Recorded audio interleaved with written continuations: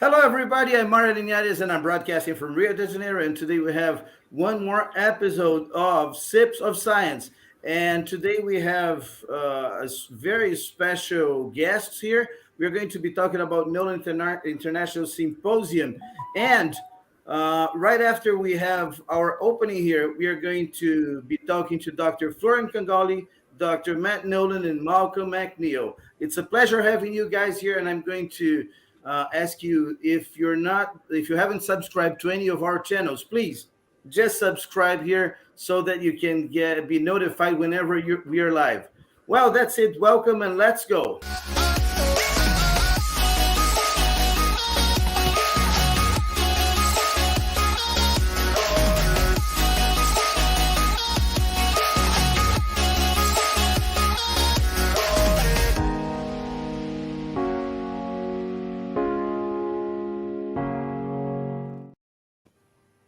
Hello, everybody. I'm back. I'm Mario Linares, and as I said, I have the pleasure to have here. I'm surrounded here by some of the greatest specialists in laws in the world, and also by our host here, Dr. Florian Kongoli. So I would like to welcome you first, Dr. Florian. Good evening. You are in Montreal. It's exactly 6 p.m. in Montreal. How are you? Fine, and you? And 7 p.m. in Rio, I guess. Yeah, it's 7 p.m. now. We always go live at 10 p.m. GMT. Dr. Malcolm McNeil, I have the pleasure to introduce the international co-leader for Aaron Fox Schiff and the president-elect for the Beverly Hills Bar Association. Good evening. You are in Los Angeles now, aren't you? Yes, I am, Mario. And since what we're time is it talking now? time zones, 3 p.m. 3 p.m. So good afternoon to you. How's the weather in Los Angeles now? The weather is beautiful. After this, I'm going to get into the bathing suit, and it'll be just like going to Rio. Wow, that's it. Well, we're sister cities for sure. We have beautiful seashores. And I also have the pleasure to talk to Dr. Matt Nolan, and whose symposium is named after him. The Nolan International Symposium. So good evening and nice being with you here. Thank you for this opportunity. Well, thank you. It's a pleasure being here with the group. I feel very privileged to be part of this. When I saw the list of Nobel laureates, I said, "Why am I on this list?" Well, but, hey, don't look a gift horse in the mouth, we always say. I'm very happy to be here. Thank you very much. And you're in Washington now, aren't you? Actually, I am actually in Maine right now. So wow. In Washington, the heat gets so bad in the summertime that most of us try to escape. And I have a separate house and office in Maine where, as we finish this, I will go out and go for a swim in a lake about 50 yards that way. Well, I love a great place in Maine called Bahaba. I think that's how they pronounce it. Beautiful place. Mount Desert Island, one of the most beautiful places I've ever been. Yes, it is gorgeous up here. Yeah. Well, but let's start working, Dr. Florian. Let's talk a little bit. We're talking about Nolan International Symposium, but let's talk a little bit.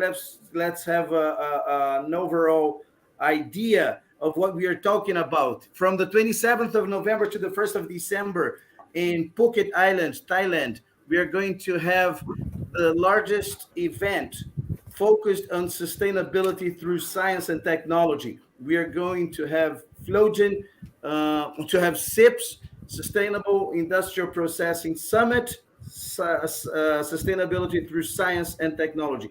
And as you always say, it's a 360-degree event. We see everything about science and technology. And this includes the legal aspects of sustainability.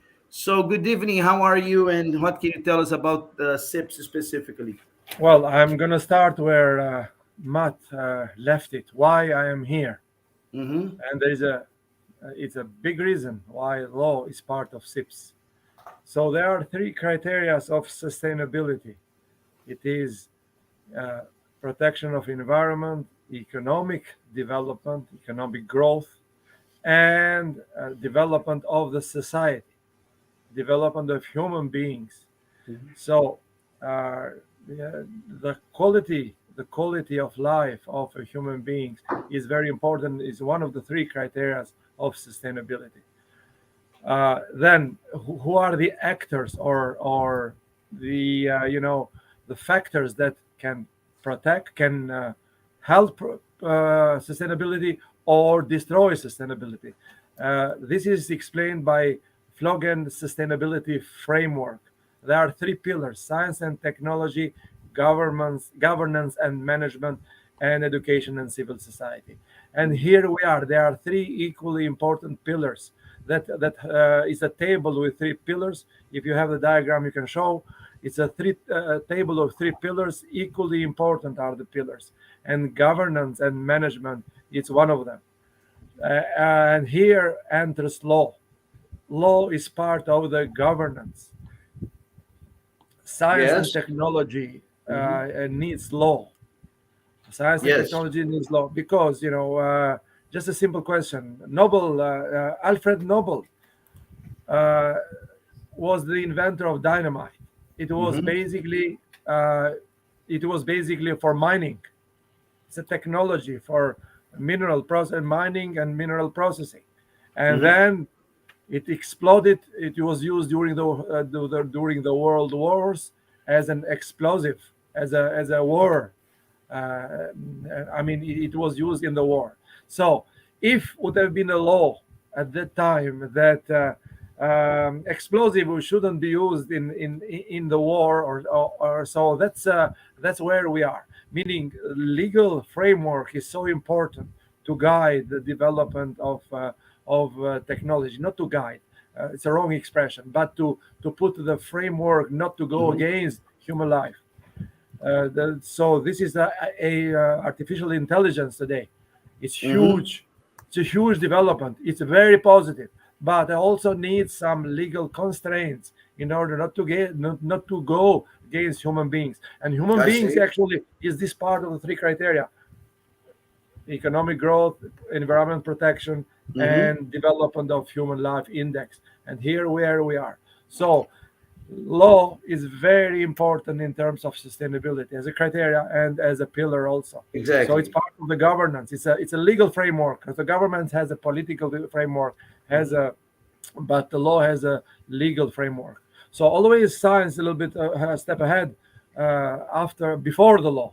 Always is a little bit step ahead because you cannot control the development. But law is very important as fast as is possible to put the right legal constraints in order that the scientific development or discovery do not go against human beings, which is one of the criteria of sustainability. So that's why law is an essential part of SIPS, of Sustainable Industrial Processing Summit. And that's why we have Nolan International Symposium dedicated to math. And you can see here I am in the website of the symposium here. Yes. You can see that Nolan is there, and then what we are covering is a short biography of Matt, and we have the co-chairs from basically three continents, and and among the co-chairs, Dr. McNeil also, right? Yes, McNeil is the main Yes. one actually. I am mostly formally Excellent. there because it is a by tradition in SIPS. Any symposium dedicated to a person, as a president of SIPS, I am there just to give more importance to be in. I'm not a lawyer, but this is always a tradition. So other symposiums that are not dedicated to a person, I'm not the chair formally, but I'm formally here. So I see. Previously we had the symposium dedicated to Malcolm, and this was the previous SIPS, and it was a very successful one dedicated to him, and he was recipient also. I'm going to show you in the screen, basically that people can also see that we are speaking live also on the website. Yes, as a matter of fact, most of these events, most of the SIPs are available on the YouTube channel, right? Floating Stars of Yes, Reach. all the videos. And also but on what I'm saying is, the website. Malcolm was dedicated, had a dedication symposium previously, and he was also a recipient of Lee International Law Award. Lee is why Lee?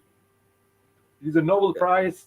He's a Nobel Prize in chemistry, but since he got the Nobel Prize, he mainly dealt with political and integration of science with politics, and not legal exactly, but this was the closer to the legal. So this is Lee International Symposium, although it takes the name from a Nobel laureate that was very close to political framework and legal framework. That's why the award bears his name, and the first recipient is Malcolm last year. It was a magnificent event. You can see here, you have the photos, you have the videos, everything is there, and the interview.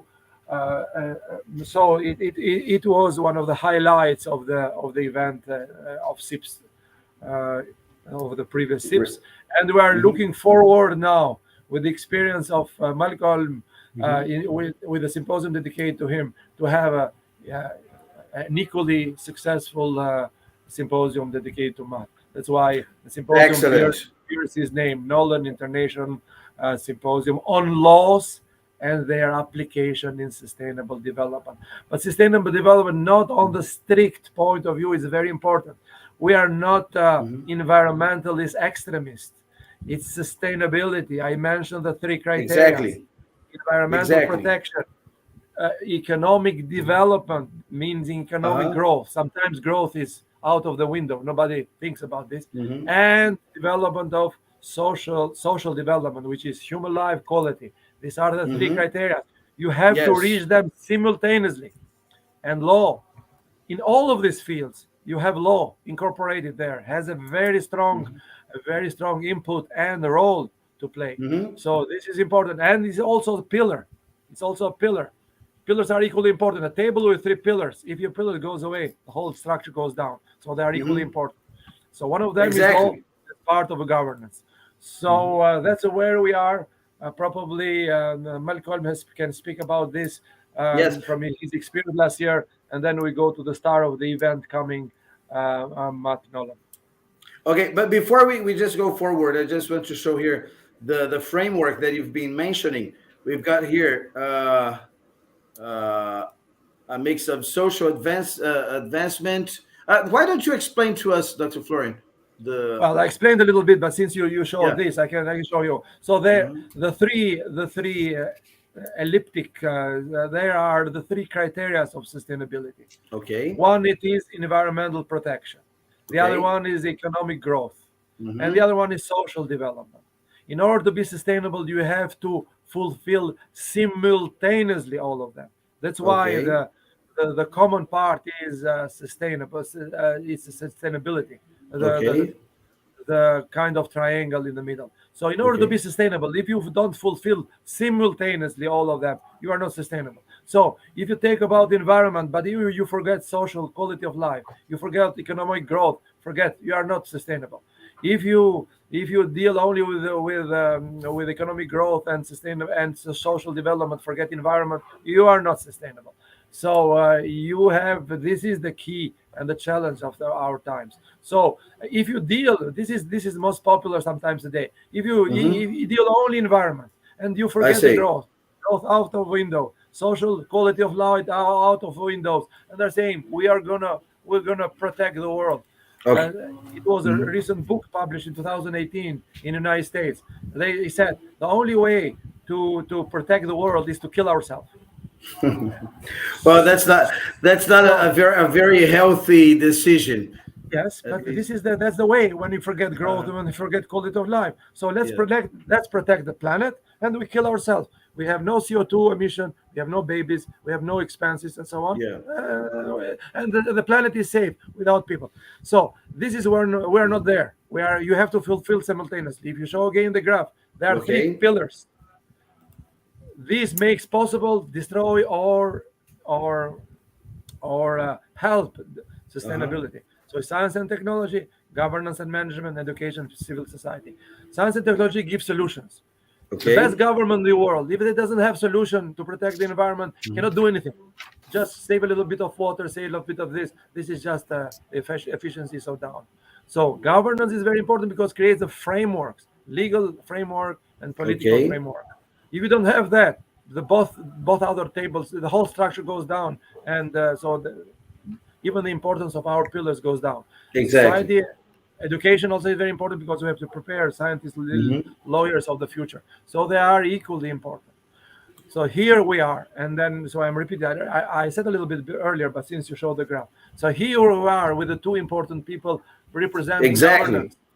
And I would like to take this opportunity. Let's start talking about loss and sustainability. And let's start with the honoree, last year's honoree. Yes, Malcolm McNeil. So, Dr. McNeil, it's an honor to have you here.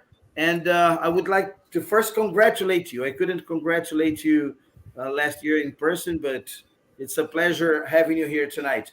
Tell us a little bit about the symposium last year and about, as you said, the emotion of sharing the stage, being the same stage and being honored by a Nobel Prize winner, by a Nobel laureate.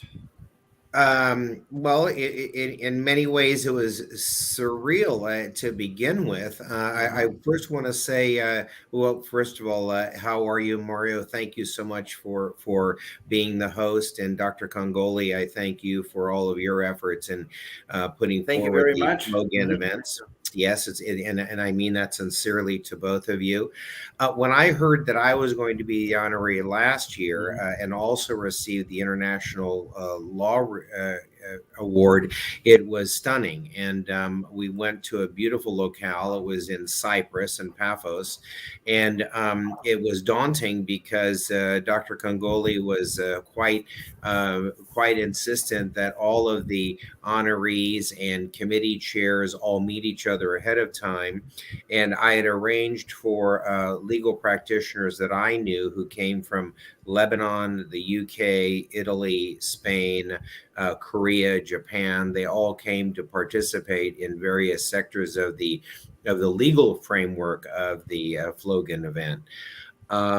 They did put in a lot of work. And what was fascinating to me is as I met with our Nobel Prize winners and other notable scientific professionals who came from all walks of science. They came from private institutions, they came from public institutions, they came from corporations that were involved in scientific development.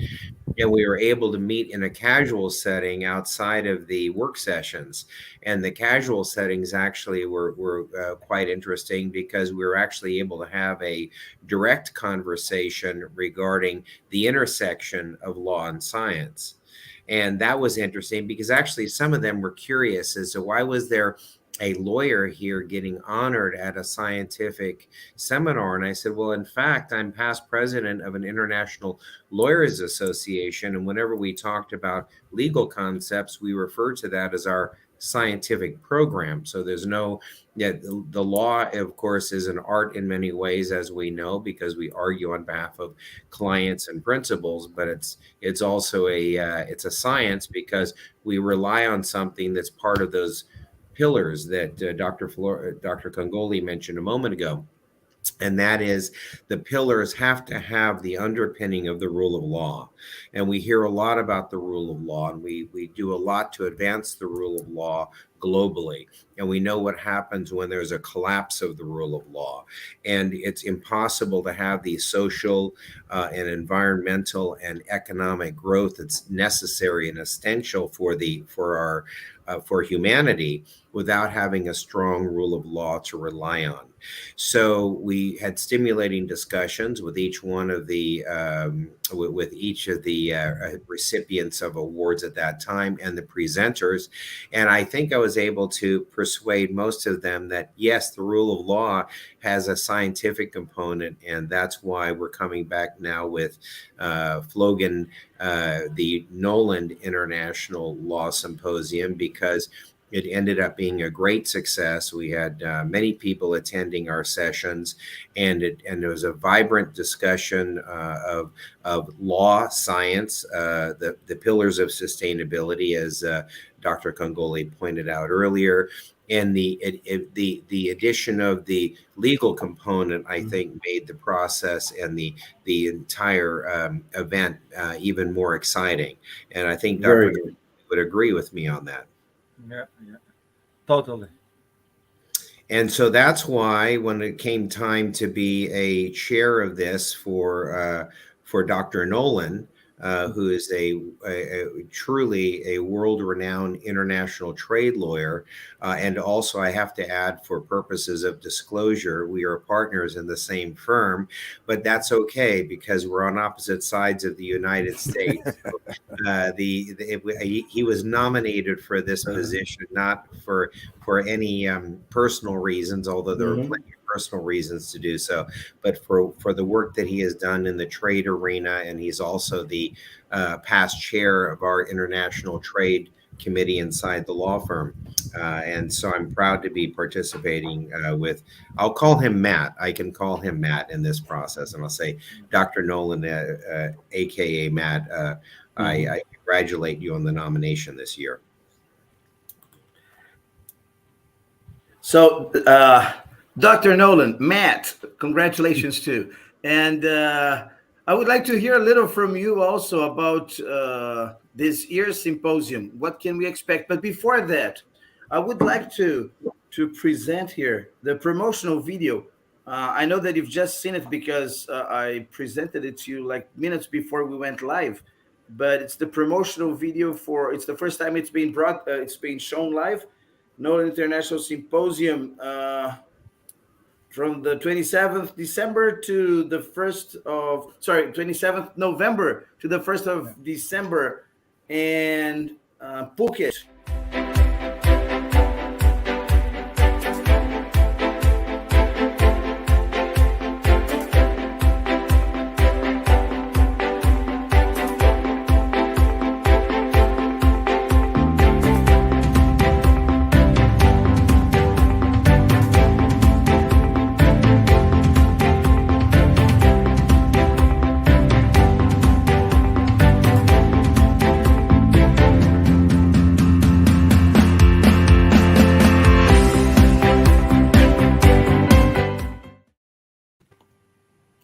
Dr. Nolan, congratulations. It's going to be really a super event. I would like you to tell us a little bit about it.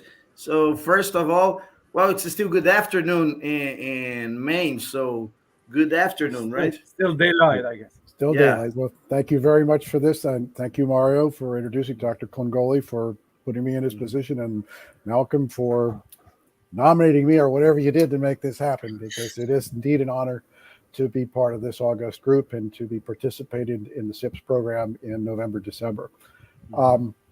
As we were talking, I reminded of several things. I have an unusual background. So I do have a background in economic development before I was a lawyer.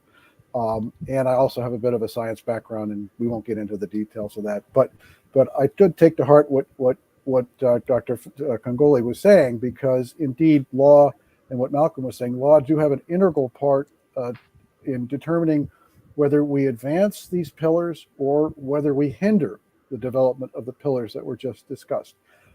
And you don't go very far before you see it. In my life, in world, investment and trade are key components, and whether a government advances investment, advances trade, advances climate, smart climate, or attempts to thwart that, has a huge impact on sustainable development. And I think, to me, what the program means is to delve into all the different aspects of how law impacts sustainable development, and whether it can foster sustainable development or hinder sustainable development goals.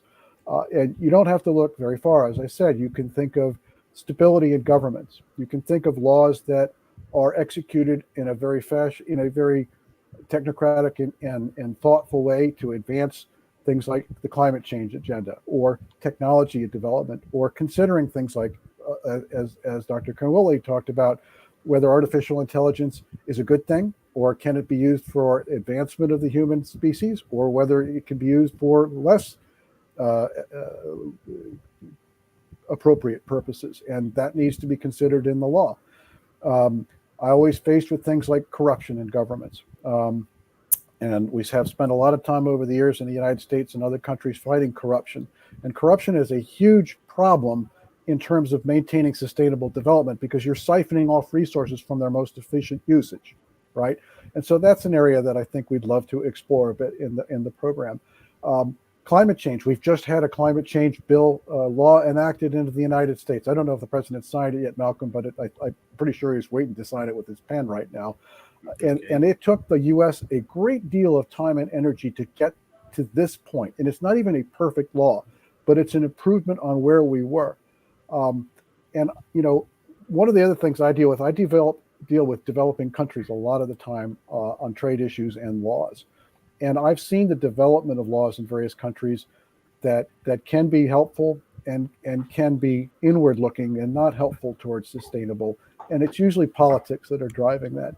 So from my perspective, the things that we want to be focusing on are those laws that are key to maintaining and advancing a sustainable development agenda in its myriad forms, and possibly examine places where we've gone off the rails at times in areas like corruption and the fight over climate change, and honestly the fight over territory and politics. I mean, we are dealing with that right now in various countries around the world, where conflict exists, and conflict is not advancing sustainable development, right? That is a zero net gain to anyone, because wars and conflict simply mean wasted resources.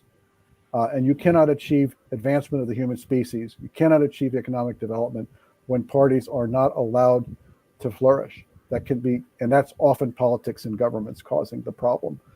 And so I'm very much looking forward to developing this agenda and working with Dr. Kongoli and Malcolm to present a series of abstracts and papers and presentations that we can dive into this fairly deeply and talk through some of these issues.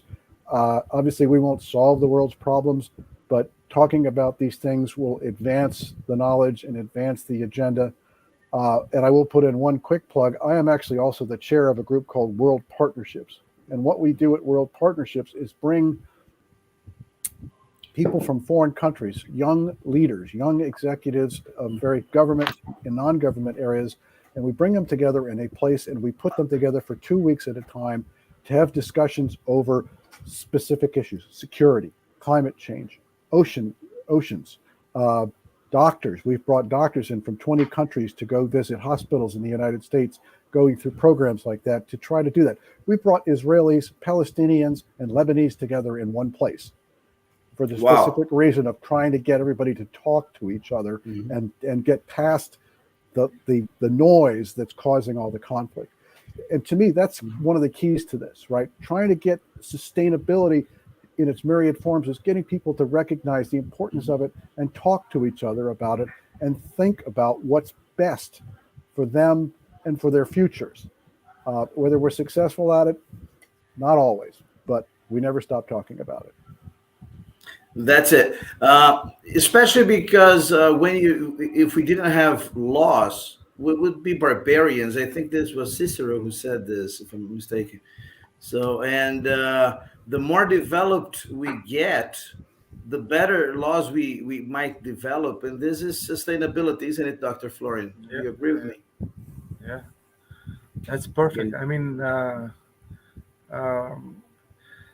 just wanted to add to your expression. You said that Cicero's, but in the website, basically, we have an expression here at the topics. At the topics here, let's go to the topics that will be covered.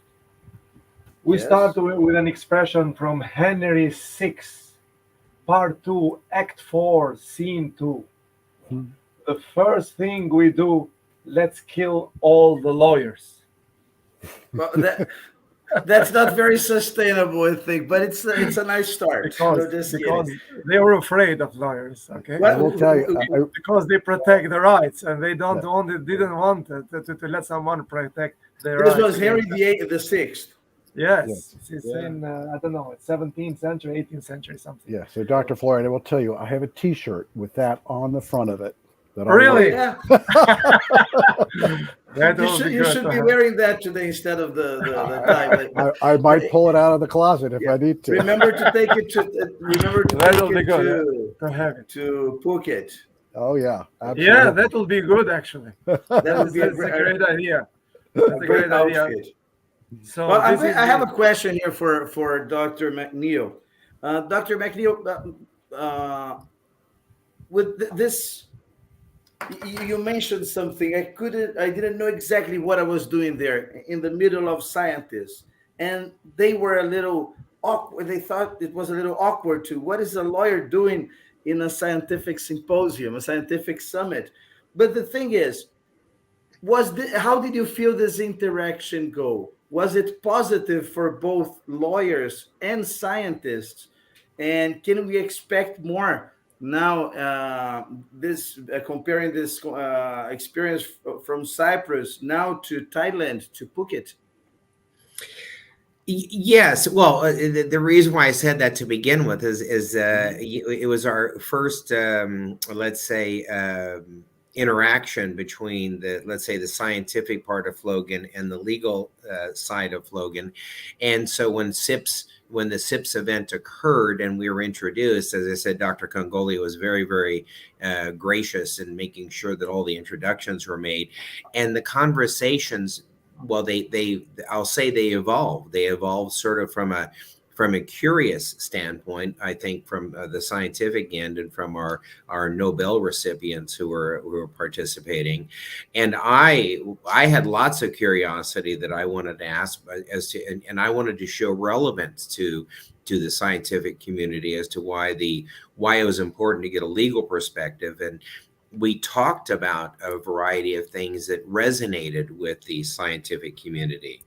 When I talk about the rule of law, what does that mean in the scientific context? Well, it means the protection of ideas, the protection of intellectual property, the protection of the ability to advance scientific research with a legal framework that protects both the commercial aspects of the development of intellectual property, patents, discoveries, also the ability. We talked about trade secrets and how you'll protect trade secrets so that it will in itself advance scientific development.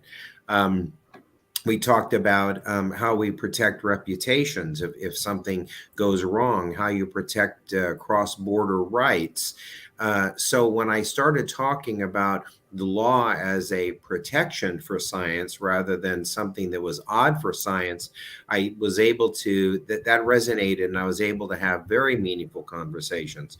Dr. Kongoli was a part of those discussions too. I think we talked until the wee small hours of the morning. We closed the bar at the hotel, having a very thoughtful discussion among 7 or 8 scientists who are riddling me with questions, and I have to prepare Matt for that so that he'll be readily prepared when they start grilling him like a hamburger.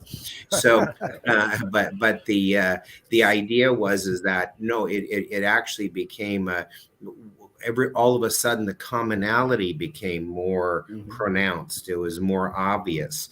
And then when we went to we had dinners and we had ample opportunities within the social framework to talk and to meet, and they would come up to me and talk to me about the presentation, what I had done, what did I find was a pressing issue to the scientific community. I was asked many political questions too. That was very interesting because you're not quite sure how to navigate international political opinions in a scientific environment. And that requires a level of diplomacy and tact that I think I was able to achieve, because I've been in the international realm, and I've talked about Taiwan while in the People's Republic of China. I've talked about changing political climates in different European countries.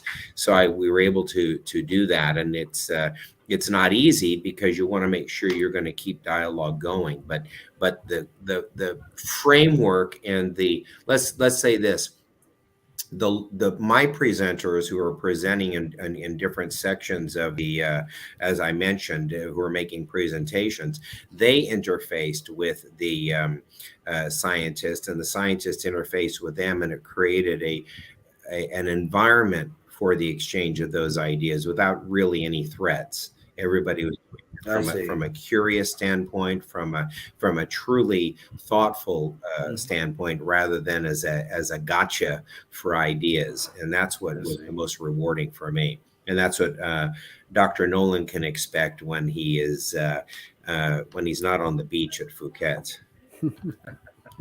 Well, he's going to enjoy a great time for sure. Yes, Dr. Florian, sorry. Well, that's SIPS. Malcolm described it very well. But this is really the DNA of SIPS. So the presentation is just one part of those. We have every single night, we have a dinner, group dinner, and a show. So this is the best way to interact and to network. So whatever it's a first we create kind of family. Somebody mentioned that is called it SIPS family. Why? Because it's not, and someone else in an interview said, it's not like those conferences. Somebody does the presentation, go in the hotel room, and he doesn't know what to do. No, we have a show and a dinner every single night, and all is included in one package. It doesn't cost extra. But what is this important? People know each other. And by knowing each other, you build bridges between cultures, between professions, between disciplines, between everything. So if I can complement what Malcolm said, we had a in one room at certain point. I think we are in my room, and in that room we had Malcolm as a lawyer, we had a CEO, we had a accountant, we had a Nobel Prize winner, 2 Nobel Prize winners at that time. We had 5, but at the time so we had in a small room. We had medical doctors, we had scientists, and so we are in the same single room. And this is interesting, Dr. Florian. Sorry to interrupt you, because it means you're having let's say, a non-planned conversation. Sure. Yes, it was a technical debate in the 3 hours. So even when you're having a great time in a 5-star hotel, at the bar, you're discussing science and how it can help the world, right? Networking. This is the real networking we would be talking about. In a family atmosphere, people know each other. People become friends. It's very easy to build business relations, to build friendship relations, family relations. So this takes away the distance in a respectful way. Right. So it's much easier to there are many multi-dimensional and multi-country projects developed at SIPS every year. So this is SIPS. This is what you cannot find it anywhere else. It's a completely different in the structure, having lawyers as part of us, having politicians as part of us, having economists, etc., etc. It's a 360 degrees, but that's life. So in life, you need all this. So we don't think that way. But if we have an astronaut go on another planet, you have to take care of everything: legal aspects, physical aspects, chemical aspects, quality of human life aspects. So you have minerals, you have nanomaterials, you name it. And that's SIPS. So that's life. So it's a miniature of life and an explosion of cooperation projects between different fields and different multidimensional projects between bridging the gaps between countries, all differences that exist. So we are preparing, actually, Nolan. We should keep these things a little bit secret. Nolan, Matt has to. I say Nolan always because it seems more familiar. I'm used Nolan International Symposium, but his name is Matthew. So sorry, sometimes I switch. It's normally we keep this unannounced. Yes. Malcolm didn't know about this when he came. He found out all this when he was on site. So we are exposing a little bit to you, but we are kind of preparing with things coming. Yes, during yes. SIPS. It's true, Matt. I mean, I hadn't looked at my nude baby pictures for a long time until they were broadcast during the gala dinner. Oh, he found your baby pictures? Exactly. Yeah, So he does that all the time. Yes, he does. So it was slightly embarrassing, but I was able to use it as a talking point to the crowd. So it was all good. But as an icebreaker, it's perfect. I've never seen anything better to break the ice than seeing somebody in diapers. Seriously. Well, that's exactly true. And you go with it.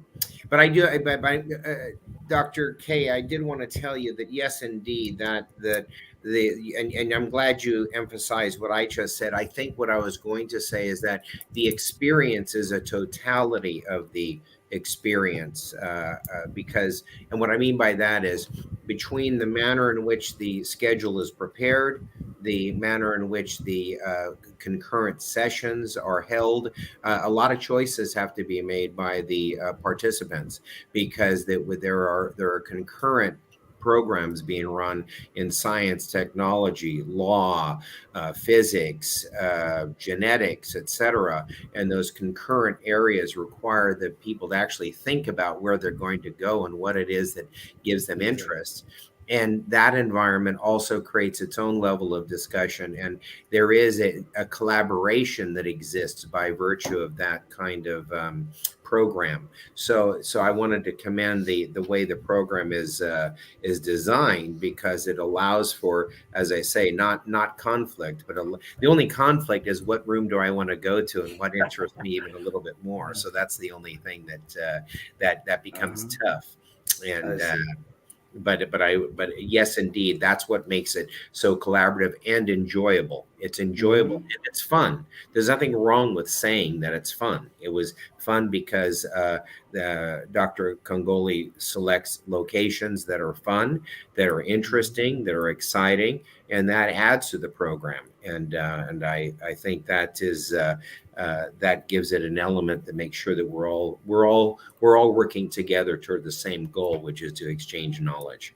Exactly. Dr. Malcolm, you talked about beautiful places. Well, SIPs are usually held in paradise. I think that P in SIPs means paradise. Yeah, it's just hidden there for marketing reasons. It doesn't say. But before I go on with Dr. Nolan, I'd like to show here just to interrupt a little bit, just to complement what Malcolm said. So we have 3 medical symposia, and this is very much related to law. Oh yeah. First, we have COVID. COVID, what went wrong and what should have done better. So this is it has not been analyzed in terms of law. See, it's a mine. It's a golden mine. Also, we have new technologies in medicine. So in all different parts of medicine. So the law, it's an integral part of it. And also we have oxidative stress symposium, which is a new technique to develop antioxidative, the strongest antioxidants in the world. The invention of the inventor of the strongest antioxidant in the world are part of SIPS. So, but these are all related to law and legal framework. So we should use this occasion to enrich Nolan International Symposium with these fields, tackling these fields. And when you do this in the very nice atmosphere that Mario, I just interrupted him, he can show where we're going to get. Well, okay, so let's watch a little about the paradise here.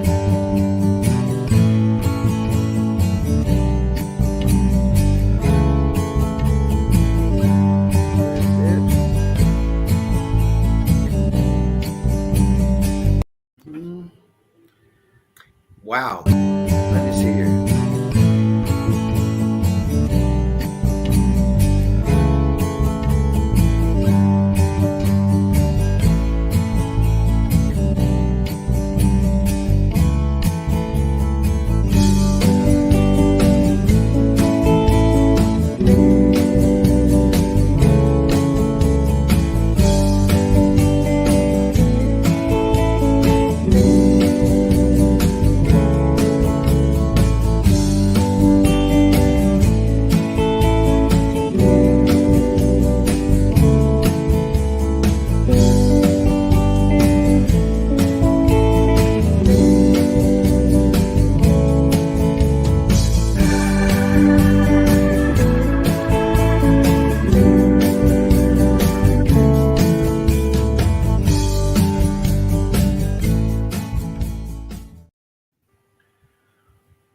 That's it. That's what expects us there in Phuket.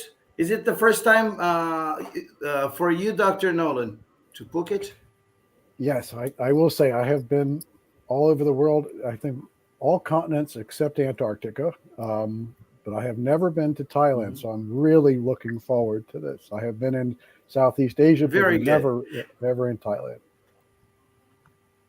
And I have a question to you about this. You work in Washington, yes. So Yes.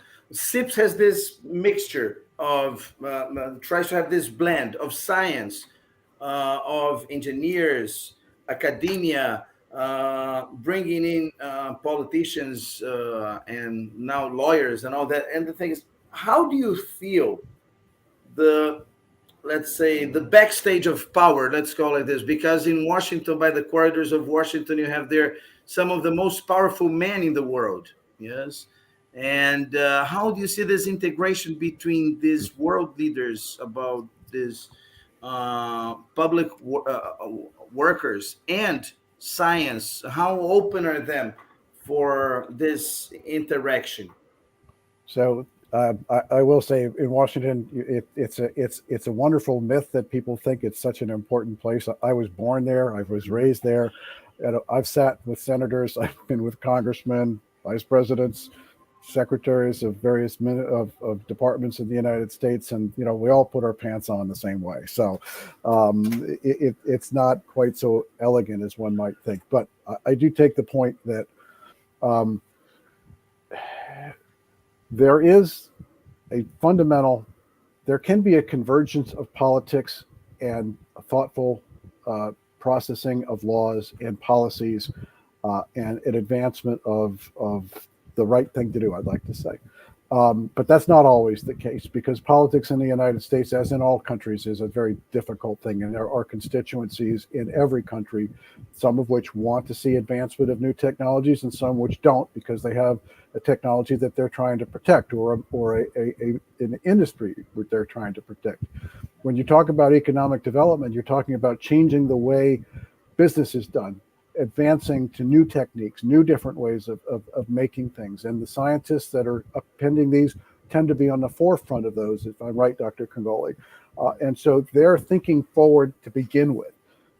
Politicians can adopt that, but they can detract from it at the same time, and it depends. So, for example, in the United States, we're having a huge continuing discussion over, as I said, climate change and energy policy. And there are massive forces at work that want to protect the way things are because people make money with the way things are. And there are those that want to change it because the future industries may not look the same. I like to think that are a large number of political types and technocrats. I call them technocrats, who think more broadly and more thoughtfully in a more advanced fashion towards the future, looking towards the future. But the challenge that we have sometimes with laws and with politics is not that you're usually dealing with vested interests that don't want change, right?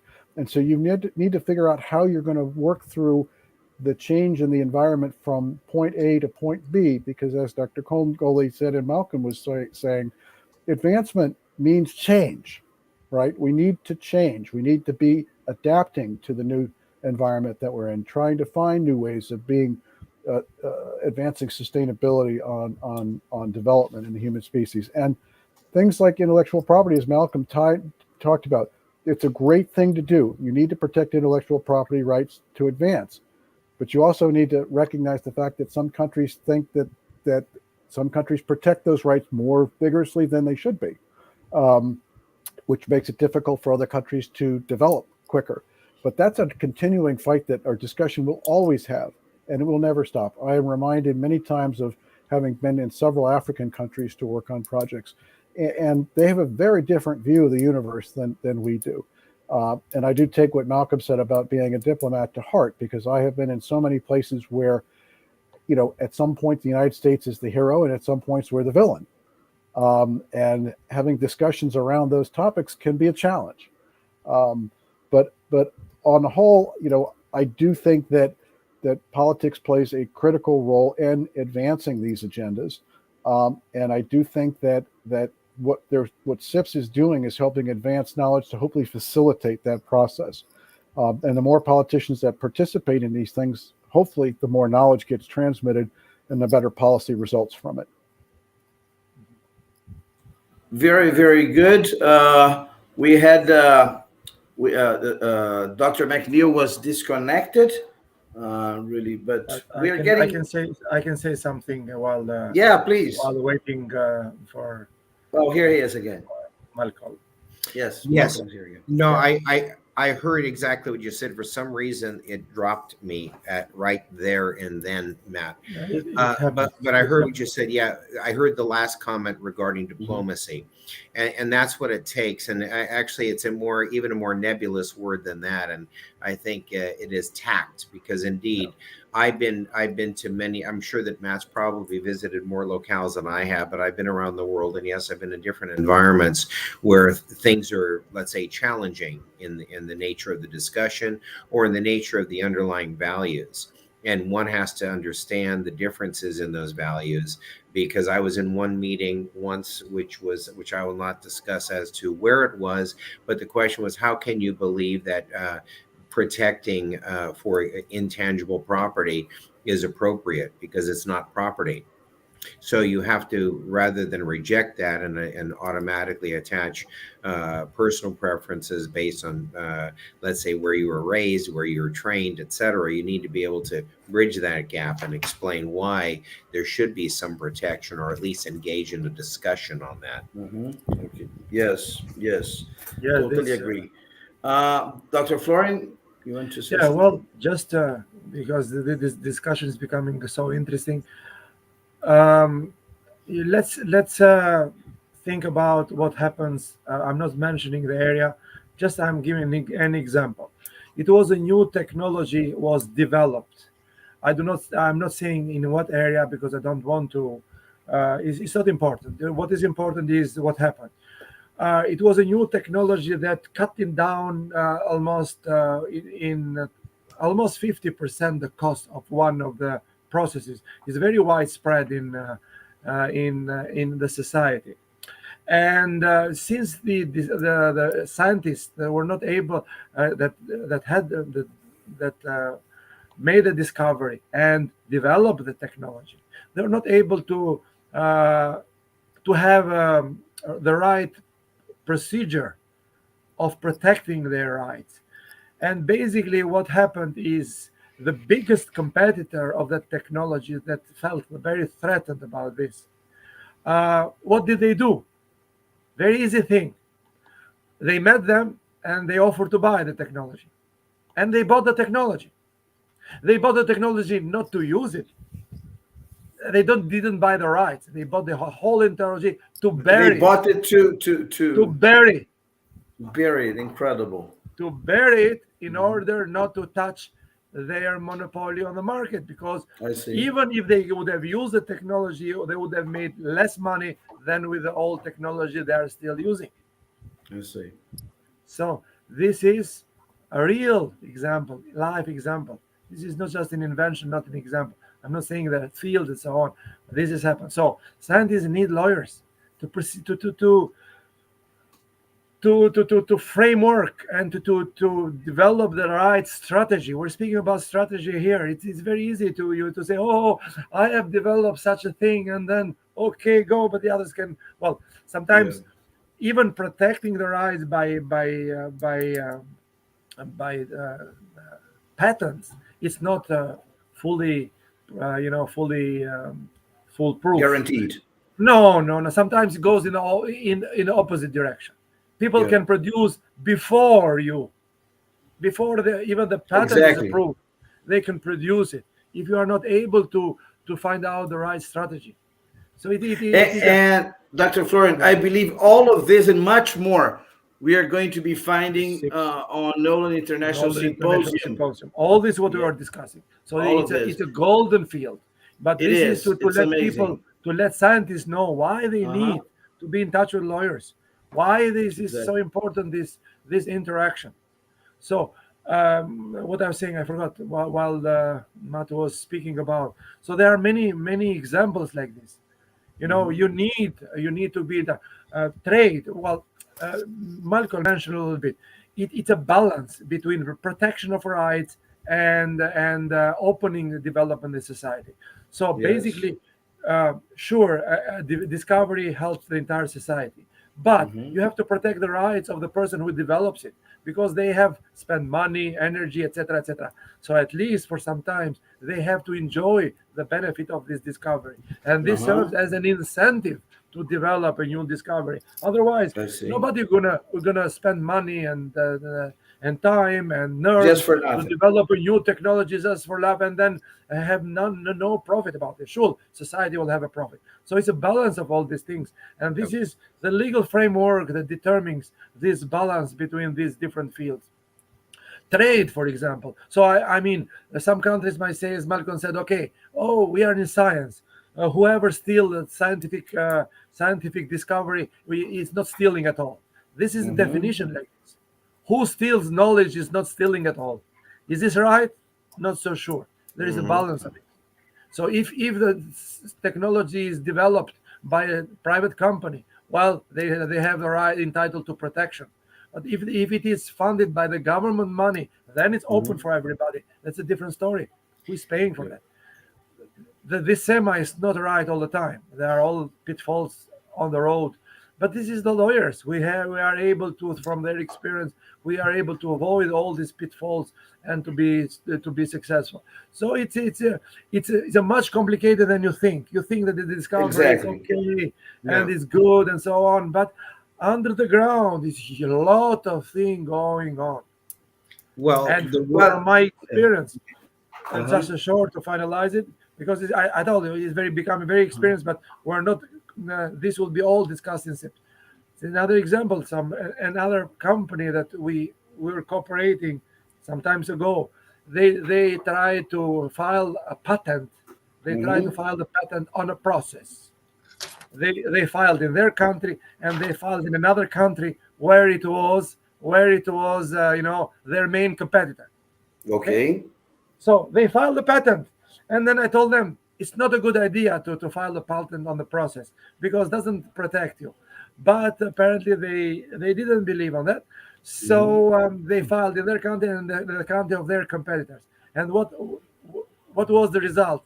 The big competitor in the other country said, "Oh, we have a new process. We have a new patent from this company. They have filed in our country."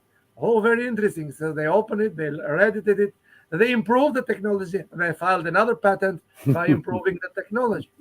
So they came to me and told me, "You're right. We shouldn't have patented." But there are things that you can patent. There are things you should not patent, and there are things that should keep trade secret. And there is a very delicate balance on this. So this is the law field. This is the value of the lawyers for scientists. So even the profession of Matt is a trade lawyer. Trade is a balance of profits and benefits. It's a very complicated field. So this touches the technology also.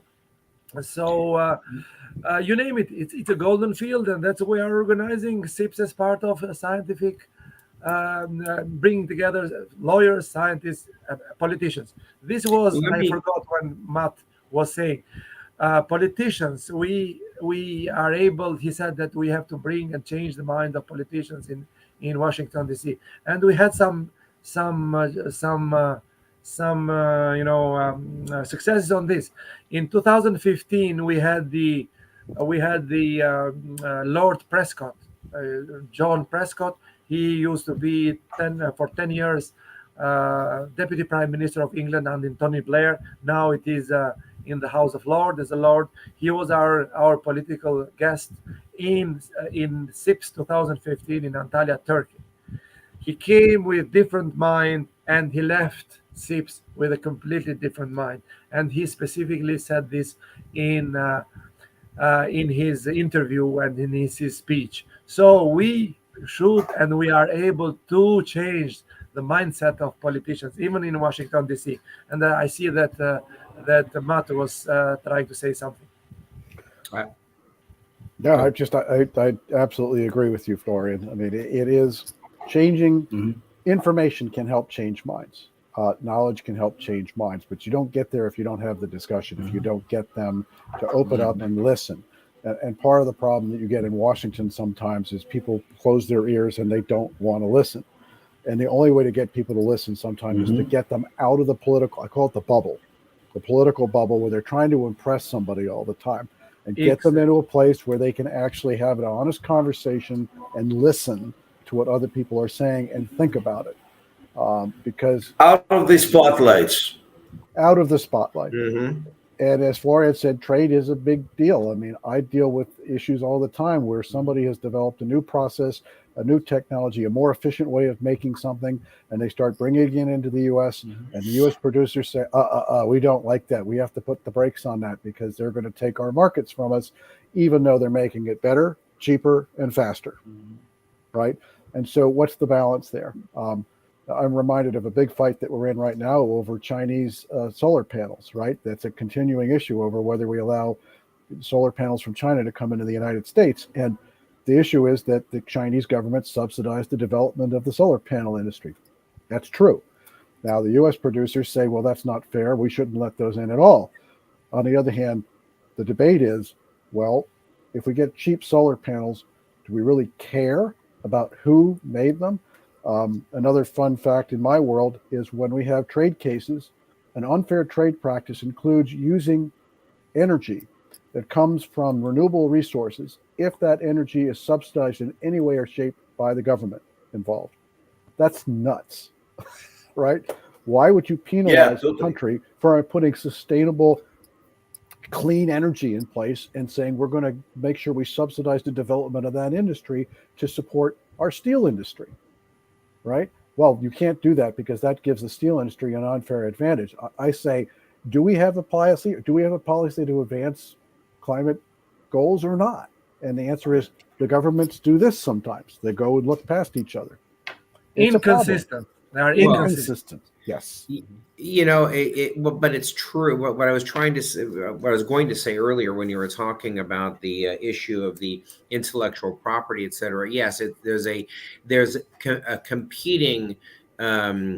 are competing, let's say, policies and procedures and political opinions which underscore disputes and controversies, which is why we have, I think, 209 nations now, and you can find so many different opinions. And on the issue of trade secrets, for example, I just successfully, the law can be used in bad ways also. And I just completed a trade secrets trial where my clients were sued by 4 companies for trade secrets theft.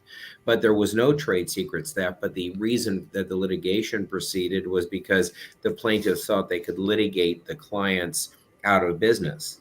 And so they were unsuccessful. My clients stood fast. They were resolute. And there were no trade secrets which were stolen.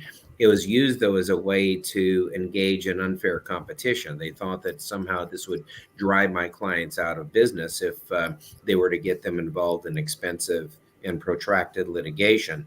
And that's why if you ever come to my office, you'll see that I have a button on the wall that was a large button that was given to me by a client, and it said lawyers. It says their primary responsibility on the planet is to protect the general public against other members of their profession. So that was so that's to remind people from time to time that we do have to balance all of those interests and find out, what is the right side, and that's where the big debate is. What is the right side of that of a given position? Exactly. Well, we've been here together for over an hour now. We are getting to the end of our broadcast. Of course, we have to have more interviews like this. So I hope that in Phuket we can gather together presentially. Yes, and talk more about this. It's going to be an honor. So I'd like to have you guys have your final considerations. I would like to start with Dr. Malcolm, please, and then Dr. Nolan, and finally Dr. Kongoli.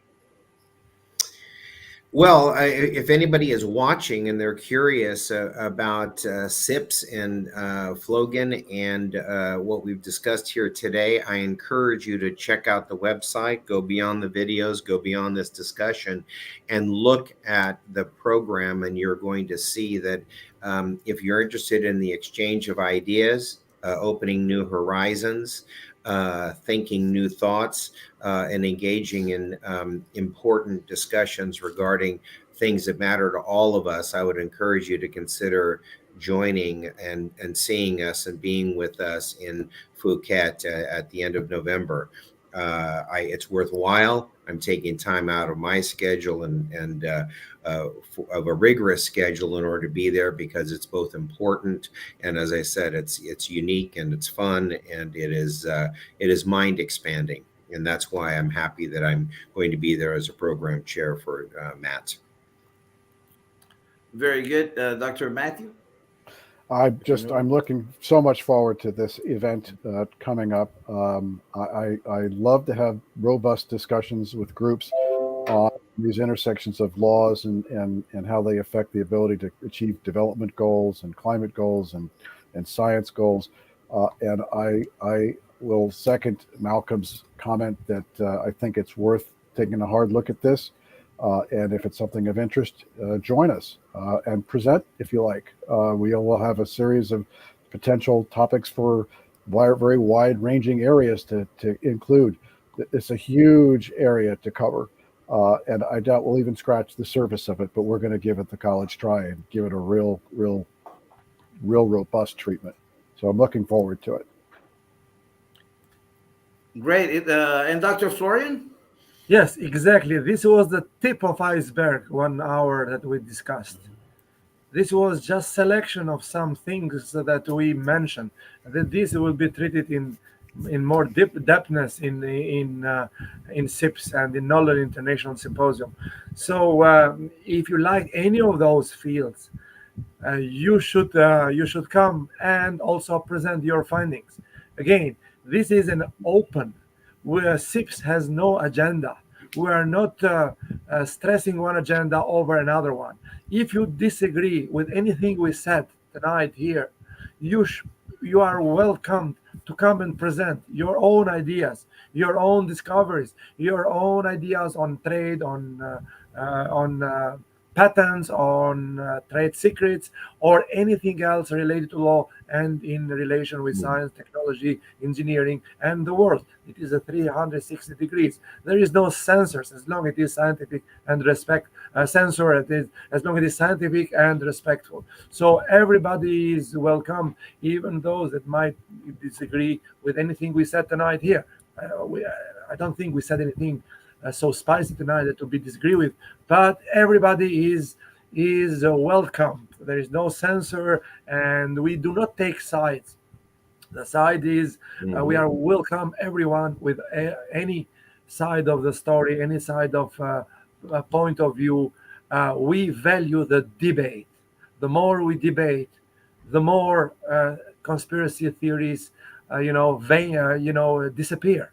because we are discussing in the open. So you are there, you are welcome in any in any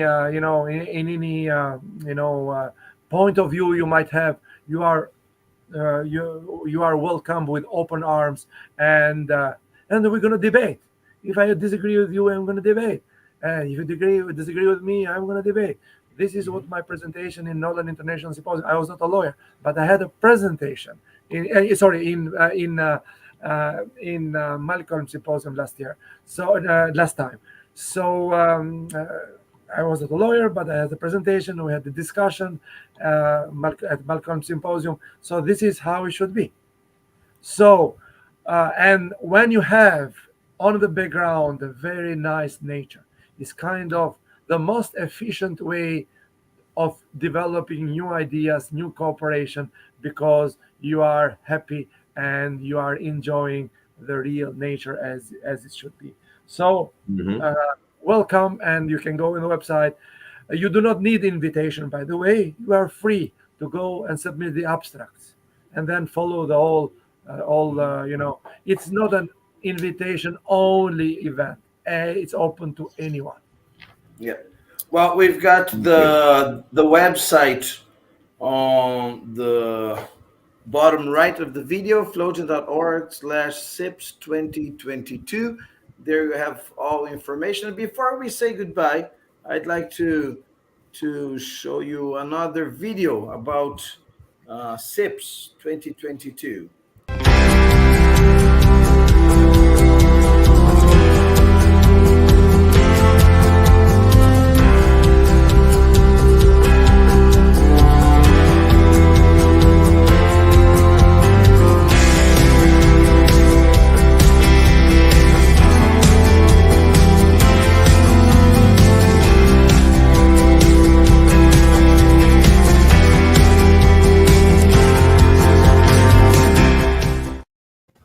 Well, that's it, everybody, from Rio de Janeiro, Los Angeles, Maine, and Montreal.